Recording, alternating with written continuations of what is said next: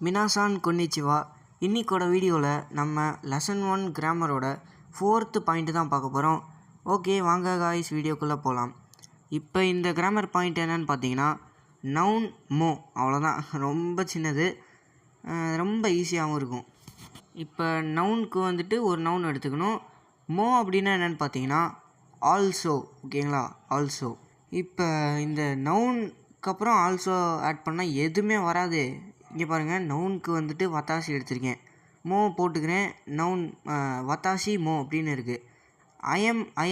I also இல்லைனா IIM also இப்படிங்கிறதுல என்ன அர்த்தம் அப்படி இருக்குது அப்படின்னு கேட்டிங்கன்னா, இல்லை இது மட்டும் கிடையாது, இதுக்கு முன்னாடி ஒரு சென்டென்ஸோட வரும், அது என்னன்னு பார்ப்போம்.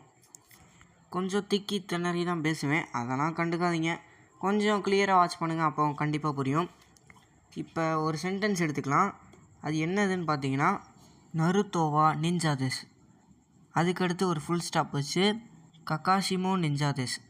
இப்போ இதில் வந்து நருத்தோவா நிஞ்சாதெஸ், கக்காஷிமோ நிஞ்சாதெஸ் அப்படின்னா நருட்டோ ஒரு நிஞ்சா, காக்காஷியும் ஒரு நிஞ்சா, ரெண்டு பேரும் மொத்தமாக நிஞ்சா தான், ஓகேங்களா.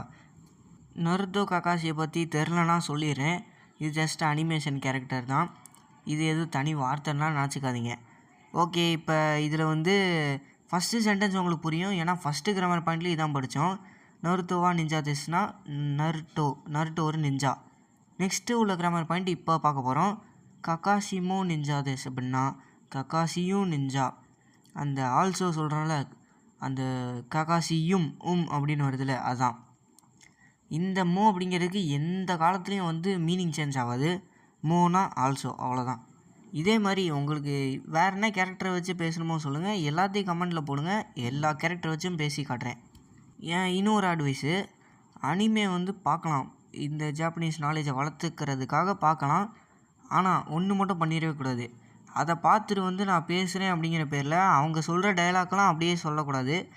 டைலாக் நான் எப்படி சொல்கிறேன்னு பார்த்தீங்கன்னா, அவங்க முக்கால்வாசி ஸ்பீச்சு இம்போலைட்டாக தான் இருக்கும், அதாவது அவங்க பேசுகிறது எல்லாமே கேஷுவலான டாக், கொஞ்சம் கூட ஒரு டீசெண்டாகவே இருக்காது.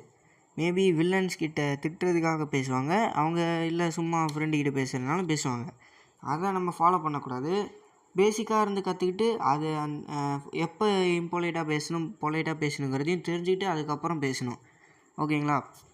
இந்த கிராமர் பாயிண்ட்டும் இதோட முடிஞ்சுது. இப்போ இந்த எக்ஸாம்பிள்ஸ்லாம் இருக்குல்ல, ரொம்ப ஒன்று தான் ஆல்மோஸ்ட் எல்லாத்துக்கும் தரேன். அது ஏன்னு பார்த்தீங்கன்னா எக்ஸாம்பிள்ஸ்க்காக தனியாக ஒரு வீடியோவும் போடுவேன், அதனால் கவலைலாம் படாதீங்க. அந்த வீடியோ பார்க்கும்போது தான் உங்களுக்கு இது முழுசாக புரியும். இப்போதைக்கு ஒன்றும் புரியாது, நீங்கள் குழப்பிட்டு உட்காந்துருக்காதீங்க, ஓகேங்களா. ஓகே, நம்ம நெக்ஸ்ட் வீடியோவில் நெக்ஸ்ட் கிராமர் பாயிண்ட்டை பார்ப்போம்.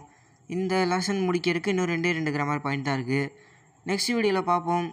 ஜா மத்தா.